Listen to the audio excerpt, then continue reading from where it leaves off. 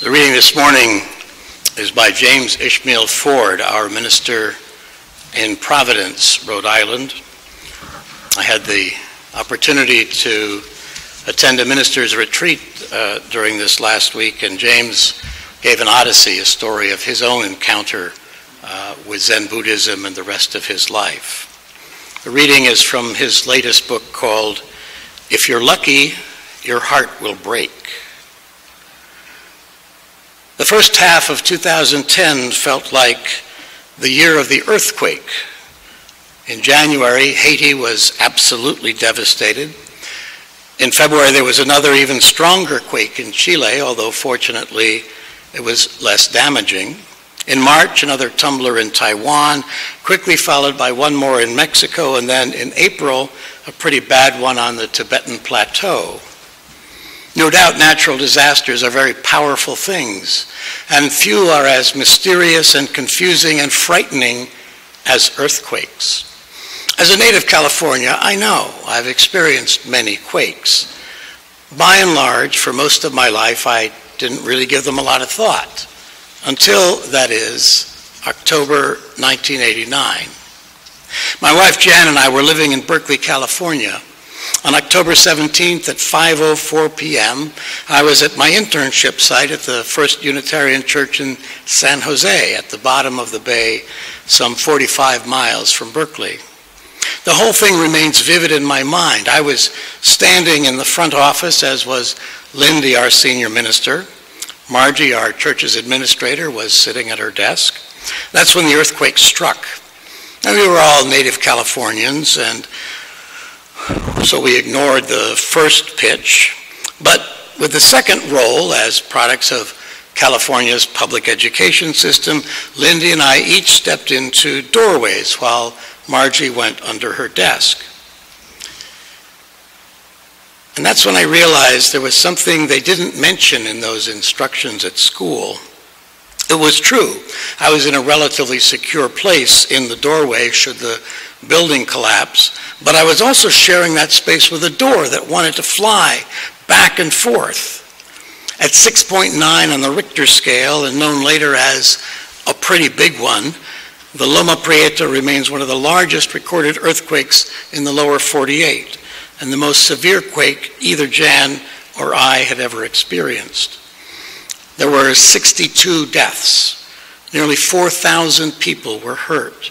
Parts of several freeways, including one that I drove along pretty nearly every day, and a section of the Bay Bridge collapsed. 18,000 homes were damaged, and a total estimated $6 billion were lost in those 15 seconds. That's power. And Jan and I, like so many others, were left shaken to the core.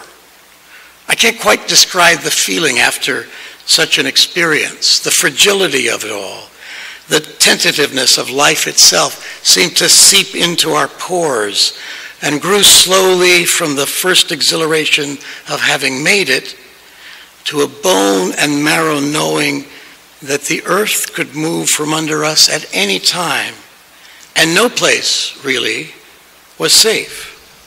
No place. The next year, when I was offered a call to serve a church in Wisconsin, despite being Californians who never lived outside the state, Jan and I were pretty happy to leave earthquake country. And I found I have a takeaway from that experience. I find myself thinking a lot about how the lessons that stick tend to be the ones that catch me off guard, that knock me out of my safety zones. They could be big and they can be small. These experiences, big and small, are all intimations of what we really are. Take a minute to bring to mind a time when you experienced an earthquake, a sudden, unexpected change of circumstance in your life. Just take a minute, quietly, breathing in, breathing out.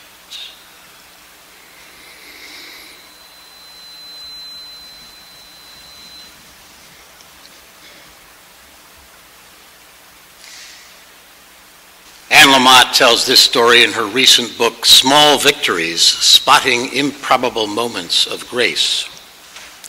In May 1992, I went to Ixtapa with my son Sam, who was then 2.5. At the time, my best friend of 20 years, named Pammy, had been battling breast cancer for 2 years. I also had a boyfriend with whom I spoke 3 times a day, whom I loved and who loved me. And then in early November of that year, the big eraser came down and got Pammy, and also got the boyfriend from whom I parted by mutual agreement. The grief was huge, monolithic. While in Mexico, I heard that a friend had said sometime after his beloved wife died, quote, "It cost me a great deal to regain my footing. Now I'm free to become who I truly am." And this is God's own truth. The more often I cried in my room in Ixtapa and felt just generally wretched, the more often I started to have occasional moments of utter joy, of feeling aware of each moment shining for its own momentous sake. I'm no longer convinced that you're supposed to get over the death of certain people, but little by little, pale and swollen around the eyes, I started to feel a sense of reception, that I was beginning to receive the fact of Pammy's death, the finality. I let it enter me. Don't get me wrong. Grief sucks. It really does. Unfortunately, though, avoiding it robs us of life, of the now, of a sense of the living spirit. Mostly I've tried to avoid it by staying very busy, working too hard, achieving as much as possible. You can often avoid pain by trying to fix other people. Shopping helps in a pinch, as does romantic obsession. Martyrdom can't be beat. The bad news is that whatever you do to keep the pain away robs you of the flecks and nuggets of gold that feeling grief will give you. A fixation can keep you nicely defined and give you the illusion that your life has not fallen apart. But since your life may indeed have fallen apart, the illusion won't hold up forever.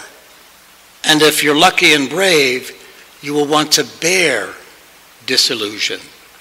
You begin to cry and writhe and yell, and then to keep on crying, and finally, grief ends up giving you the 2 best gifts: softness and illumination. When we're brokenhearted, our hearts can be blown open, or they can harden still farther. When catastrophe befalls us, we can blame, rail, denounce God and everyone around us. We can choose the course of anger, depression, deep unhappiness. We can curse the dark shadow that's fallen across our lives. Or we can learn to accept what is, live through it, and hopefully strengthen our resilience. God forbid that bad things should happen to us.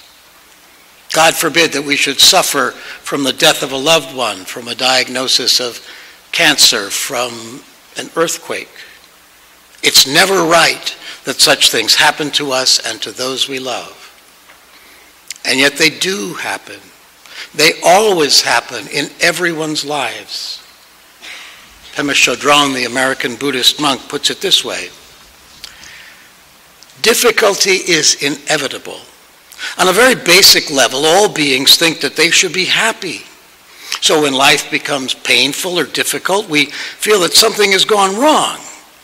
But according to the Buddhist teachings, difficulty is inevitable in human life. For one thing, we can't escape the reality of death. But there are also the realities of aging, of illness, of not getting what we want, and of getting what we don't want. These kinds of difficulties are facts of life. Even if you were the Buddha himself, if you were a fully enlightened person, you would still experience death, illness, aging, and sorrow at losing what you love. All of these things would still happen to you. One of the steps in my becoming a minister when I was starting out as a candidate some 15 years ago was taking a comprehensive career assessment, of psychological evaluation to assess my fitness for becoming a minister. That was followed by an interview with the Regional Subcommittee on Candidacy, the RSCC, of the Ministerial Fellowship Committee, the MFC. The members of our subcommittee joked that it was the longest name of any committee in the Unitarian Universalist Association, vast array of committees and subcommittees. One part of the feedback that I got from both of those appraisals was that I was a little too optimistic. It seemed I hadn't been faced with too many obstacles, that I experienced my call of ministry as one more career in which I could shine and use my talents. And this was all very well, but not necessarily what I actually needed to become a minister. Someone who could feel empathy with people who weren't as fortunate as I had been, people who were in trouble, lonely, sad, hurt, suffering, mourning. And they were right. I had been very fortunate in my life. I was going to be able to take early retirement from my rather lucrative career on Wall Street in the financial industry. I'd managed to pull my family back together after a difficult period of separation. I had a wide and supportive circle of friends. My parents and my brother and his family were healthy and happy, so I could afford to be self-satisfied, even smug. And then our younger son fell into depression and defiance and drug use early in his high school career. He would become almost psychotically angry at school, at home, and even, most frighteningly, in a confrontation with the police. And it became evident that we had to intervene, and forcefully. We tried sending him to a camp in Maine for troubled teens, but they concluded after just 2 days that he was too angry for them to be of any help. We had him committed to a mental hospital for about 2 weeks when he returned home. And then when nothing helped, we finally and reluctantly decided that our only choice was to send him to a highly restrictive residential treatment center. The most heartbreaking one of the hardest mornings of my life was that we felt we had no choice but to call in a team of former Marines to forcibly take him from his bed very early one morning and transport him to the treatment center in Knoxville. I'll never remember the look of hatred and of terror with which he looked at me. It was fortunate that part of the protocol was that we had to leave the house once we had determined, let him know that we were behind this and not a gang of home invaders. And he began to soften during his first several weeks at the center, but his counselors recommended that he should stay there for the whole year. And then came 9/11.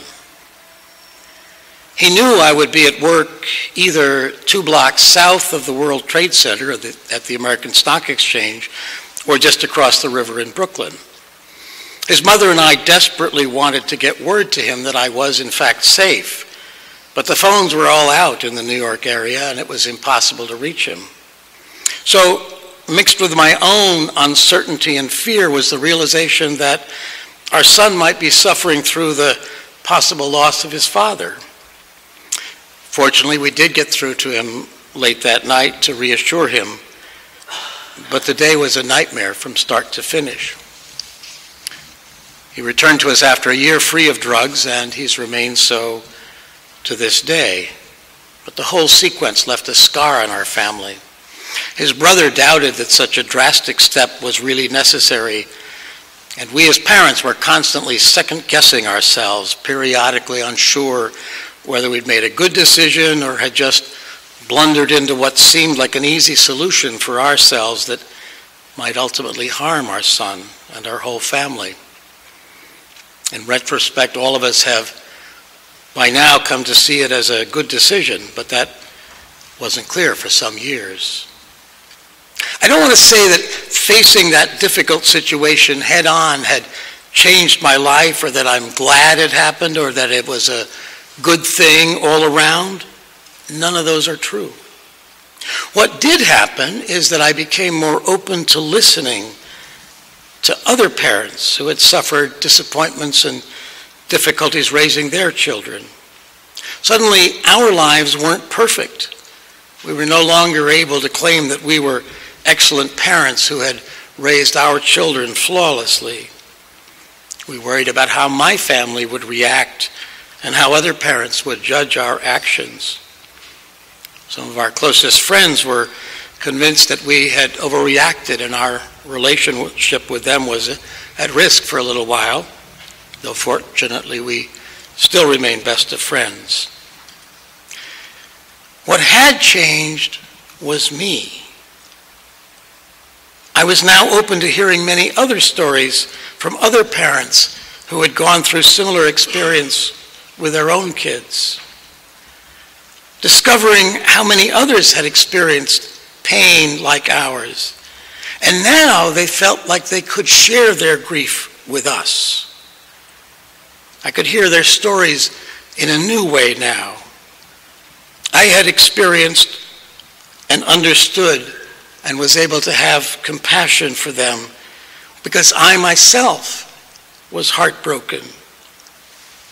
When I did a second career assessment and saw the MFC itself about 5 years later, I had found that mysterious something that had been lacking in my formation as a minister before.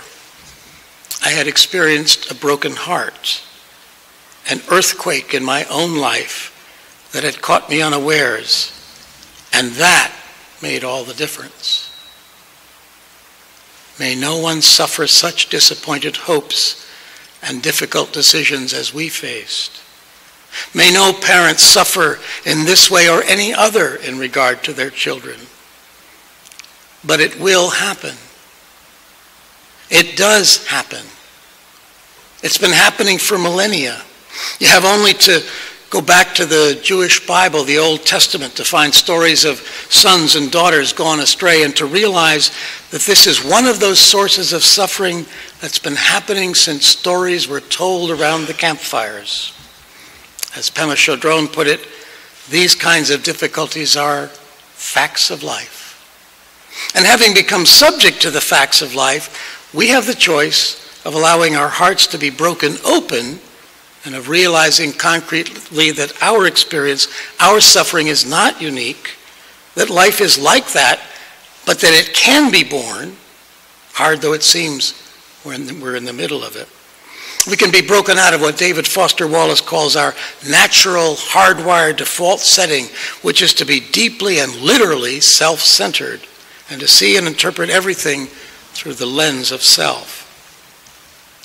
That was what I needed to really become a minister. I'm sorry it happened. I don't want to imply in any way that it happened so that I could learn that lesson. I don't think things happen for a purpose. I think things happen and we must respond. And I think living well is about accepting the hard stuff that happens and in some way allowing it to change us. I was teaching a few years ago at Linden Ponds, the retirement community in Hingham, when somebody asked me how the world could be just when the Holocaust had happened. How could this inexplicable suffering have been visited upon the Jewish people? How could we believe in God when such horrors could be visited upon others? And I replied a little incautiously that as a result of the Holocaust, the state of Israel was founded to be a homeland after 2,000 years of exile for the Jewish people. So did I mean then that the establishment of the state of Israel justified the Holocaust? Did I agree with James Hagee then that the Holocaust was necessary to drive the Jews to the promised land so that the countdown to Armageddon foretold by prophets could begin? God forbid. May such a thing never happen again. But it did happen. And then the question is, what next? How do we learn compassion from heartbreak? What do we do now? Julian of Norwich lived during the time of the Black Plague that ravaged Europe starting in 1347, a plague that killed 1/3 of the people in Europe. And yet she was able to experience what she called a revelation that became her mantra. All will be well, and all will be well, and all manner of things will be well. One of our ministers, Meg Barnhouse, turned it into a song. The refrain goes like this: and all will be well, and all will be well, and all manner of things will be well. We could do that together. And all will be well, and all will be well, and all manner of things will be well. May sorrow never overtake you. May you never suffer loss or disappointment or a broken heart. But you will. That's what life is about, for good or ill. As William Blake put it, joy and woe are woven fine, clothing for the soul divine. Under every grief and pine runs a joy with silken twine. It is right that it should be so. We were made for joy and woe, and when this we rightly know, safely through the world we go. So it is, and so it will always be. May we learn compassion when earthquakes shake us, when our hearts are broken. So may it be, and amen.